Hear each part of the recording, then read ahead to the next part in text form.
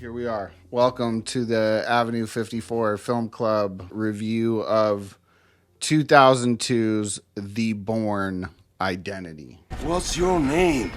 I don't know. I don't remember. Hey. Don't have any papers. Hey! Who am I? I liked it better when I thought he was dead.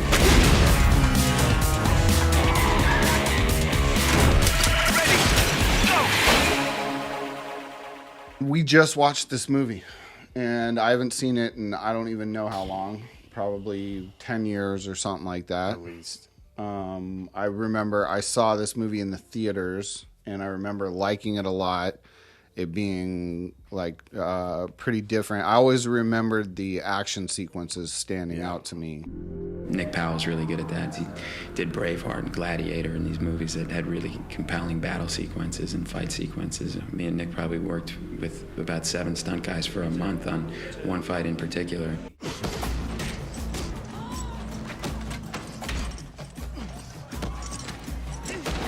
I liked it then, and then I think maybe I rewatched it once afterwards, I think. Yeah, I'm trying to think. That was Matt Damon's come out as an action hero. Did As he do an anything before that? He had already done, obviously. You can't count the Good Will Hunting. Yeah, he had done scenes. Good Will Hunting. I think he had done Talented Mr. Ripley. The funny thing is, I'm not pretending. I think he had done Rounders. He had done, so he had, but He had no done like almost action no star action shit. star badass. You can be quite boring.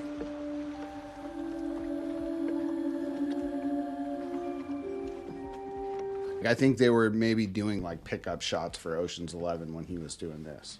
Yeah, I mean that was a bit of a gamble getting him for his first one. Yeah, so there, I did look into a little bit of backstory here. So this is another Doug Liman joint. Yeah. So we just watched Edge of Tomorrow and did a little review on that, and we watched it in 3D on the projector. Shit, I gotta see that in 3D. That was pretty sick. I'd do it again for sure. I'll watch that on 3D again here. For sure. That was shot in 3D, right? No, it's not. They did it in post. They made a 3D version. Yeah. But still, I think like even like we watched the Dread remake. That was shot And in 3D. that was shot in 3D, but this looked way better. But No I shit. think Edge of Tomorrow? just I think just because the budget was so much higher and like just the regular shooting of the film was so much better, and the CGI work in that Dude, that is movie was like incredible. I saw that in the theater. So another Doug Liman joint, and so Doug Liman of Swingers fame. Swingers to Bourne. The reason I really wanted to do it was because of Doug and his sensibility. Certainly Swingers and Go are really terrific movies, and he has a real visual style. As soon as I was done with Go, and everybody's like, what do you want to do next? I'm like, okay, I want to do the Bourne Identity. Yeah, so he went, some of the stuff I looked into on like the backstory of this was like, I guess the Robert Ludlum, who wrote the novels, wrote like these sort of like cheap, spy thriller novels. Series. Okay. Yeah. But yeah, it's kind of a classic airport. Did you read it as a novel or a screenplay? As a novel? Yeah. And maybe he had written a couple others Okay. that had been adapted into movies, like older joints, and then they did a television series, like a mini series on For Bourne Bourne? Identity. Oh, yeah, shit. like in the 80s, late okay. 80s. And like the studio that owned it didn't want to do it. And then he supposedly flew out to Ludlum's property to like sell him on him directing it, and like got him to sign off on it, and then brought it to another studio to buy it. And That's how you do it.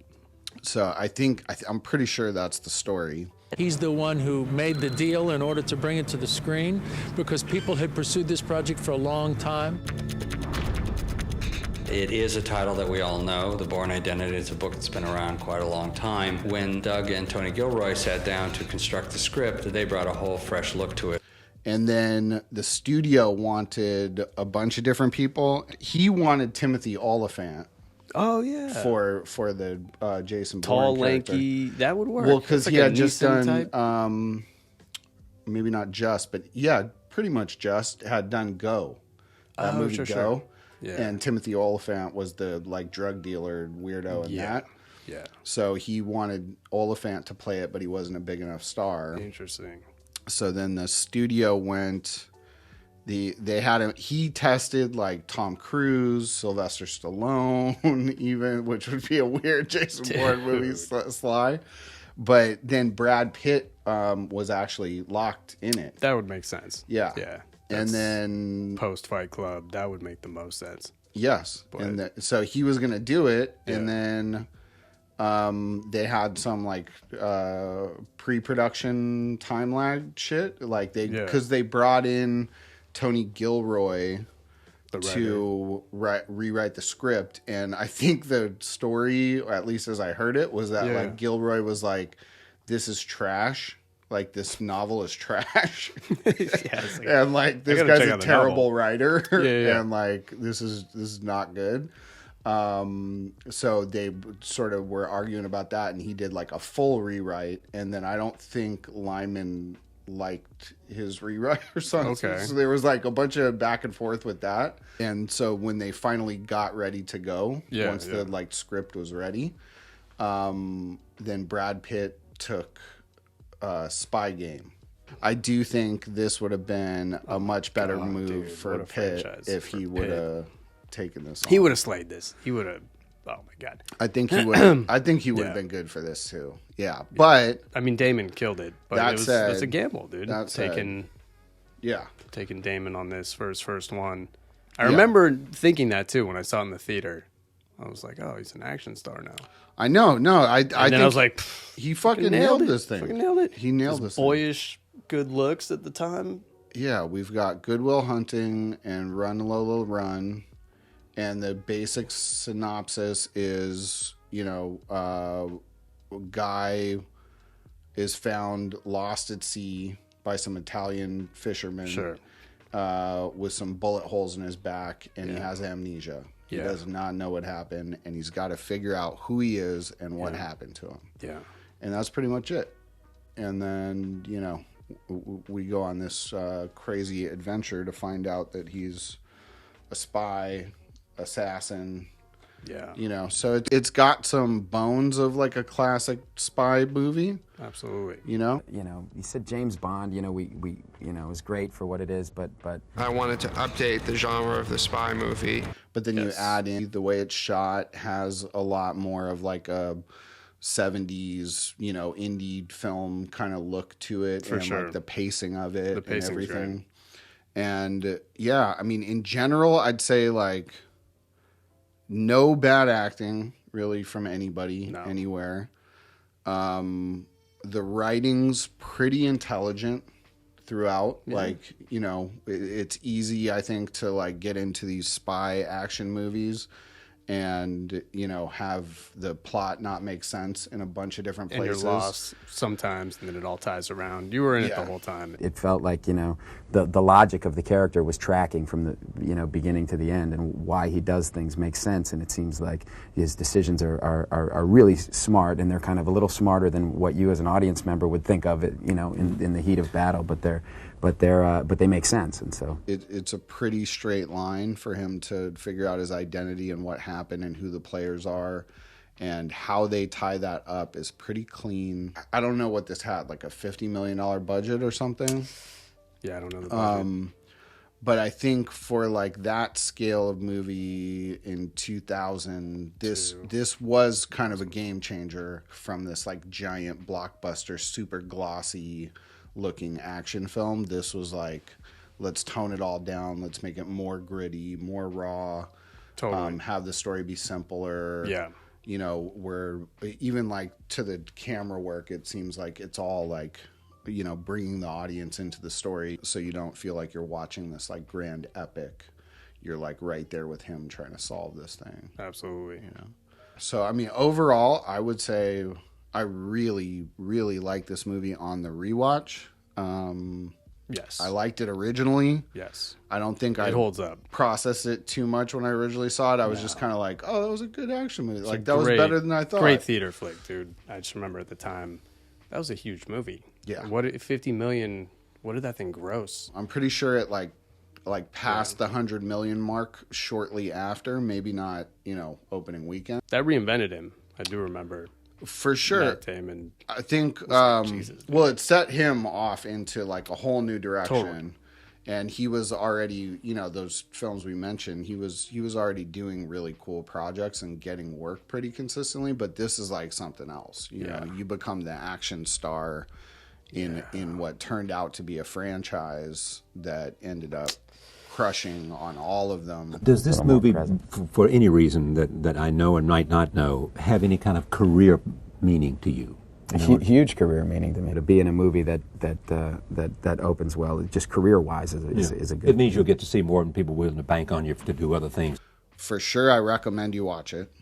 Definitely go watch it if you haven't seen the original Bourne Identity that started the franchise. Yes. And I'd probably give it like, out of 10, I'd probably give it like a 7.3, maybe even more, like a 7.5. I was going to say 7.5. Yeah. I'd give it a 7.5. And I think the missing points for me are the music was bothering me throughout. Yeah. They have like cheap, like Euro trash, drum and bass, techno score going in and out of the that bothered the theme song or whatever. That bothered me a lot. It just kept standing out to me. Every time I felt like we were in the zone, flowing. That was the time zone. That was the edgy. That was that edge. That to me put it over the top. No, it didn't hold up. The score doesn't hold up. Yeah, I feel like the score took me out of it quite a bit.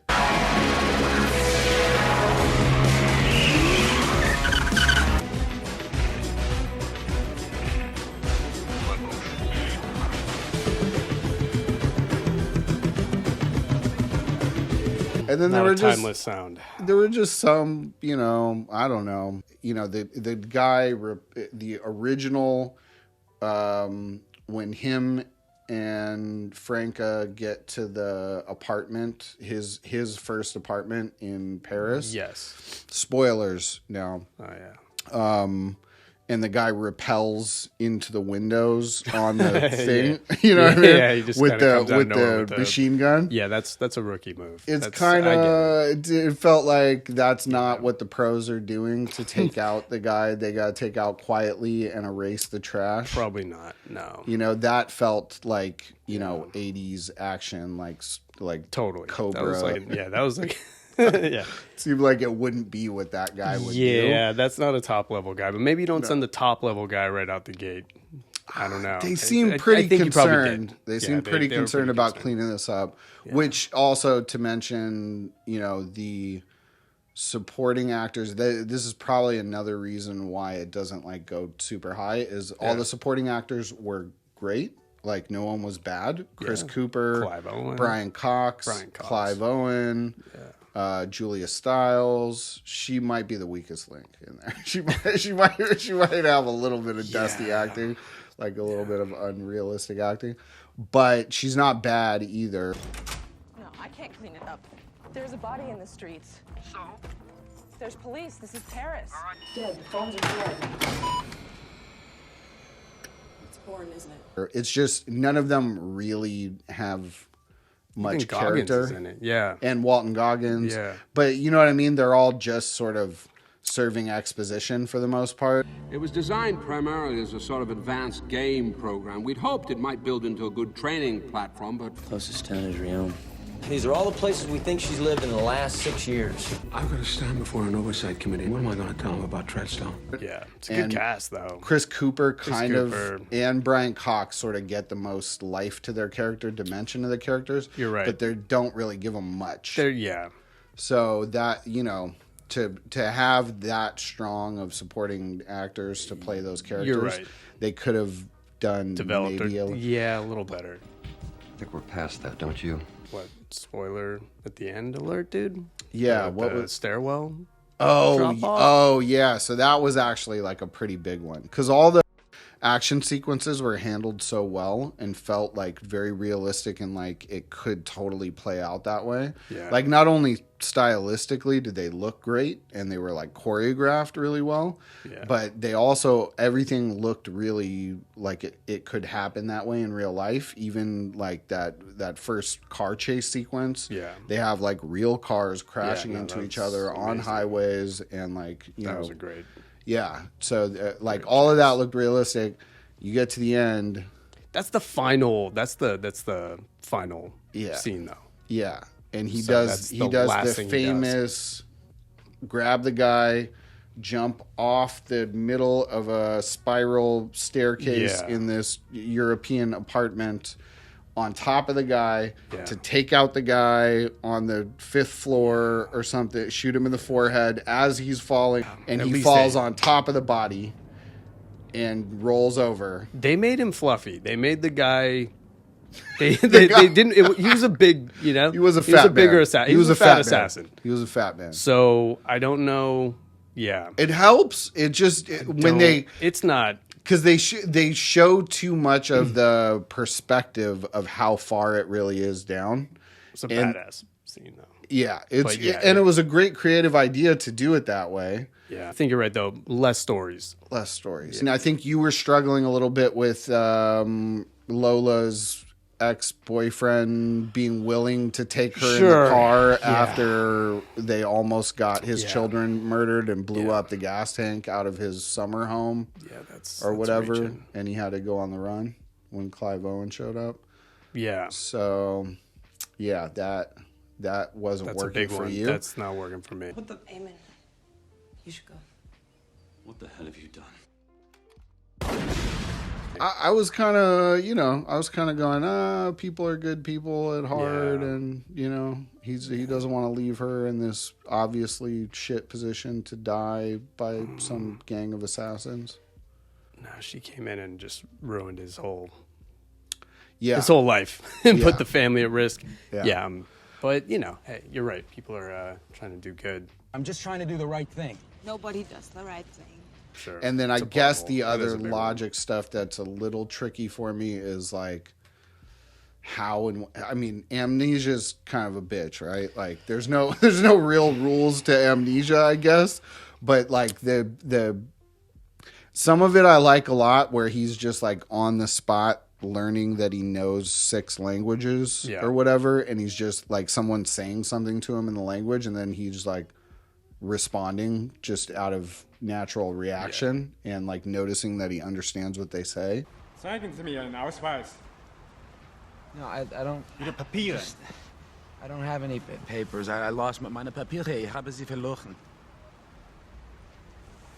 The rules they seem to set up for his amnesia is like when he needs something, he can pull it, and now he can use it. Yeah. I can tell you the license plate numbers of all 6 cars outside. I can tell you that our waitress is left-handed and the guy sitting up at the counter weighs 215 pounds and knows how to handle himself. I know the best place to look for a gun is the cab of the gray truck outside. And at this altitude, I can run flat out for a half mile before my hands start shaking. How can I know that and not know who I am? Yeah, I'm not an amnesia expert, so I can't, And I don't think that anybody is.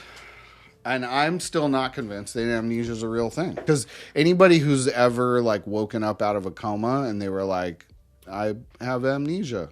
Yeah. There's always that possibility that they just don't love their family. They don't want to go back to work. They don't love their family. It's a fresh start, really, amnesia. That's what I mean. Yeah, it's a clean slate. I don't know who I am! Well, they don't really go into it, but I guess there's some sort of like MK Ultra, programming. Like there's some, because also at the end, Chris Cooper's like, the headaches. He's talking about the headaches, and then at the end, Chris Cooper's like, "You're a fucking property of the state. You're a $30 million killing machine, or whatever. You're U.S. government property. You're a malfunctioning $30 million weapon." Yeah. So like, the government's not just spending $30 million on like training you to fight. and shoot guns and shit. Yeah. You know what I mean? Yeah, yeah. Like if they're spending $30 million, that's like some experimental technology, Sure. like some you went through all kinds of like weird psychological programming that cost the government a lot of money to set those programs So you can forget up. who the fuck you are, but you're not going to forget the training, the weaponry that we've made you. And this could explain a lot more That of makes sense. how his selective amnesia functions. It's a reflex. Because he's been... It's reflexive. He's been through all kinds of mind control experiments and whatnot. Yeah. So his brain doesn't function like the average Joe. So yeah, 7.5. Yeah. For that? Yeah. Because it just wasn't like mind-blowing. It wasn't like, oh my God. It was just... It was great. It was great. It was great. Yeah. Yeah. And like worked really well. And you could easily fuck up a movie like that in 20 different ways that they didn't. And more than that, they really put together an excellent film that's like stripped down, low key, and tells a really, really good story and holds up 20 years later. Yep. We just watched it right now, and I was very entertained. It absolutely holds up. So fuck yeah, that's the Avenue 54 review of The Bourne Identity. If you haven't seen it, Worth a rewatch. Yeah, the beginning of a long saga. So yeah, go watch it. Thanks. We'll be back with another review. Like and subscribe or some shit like that.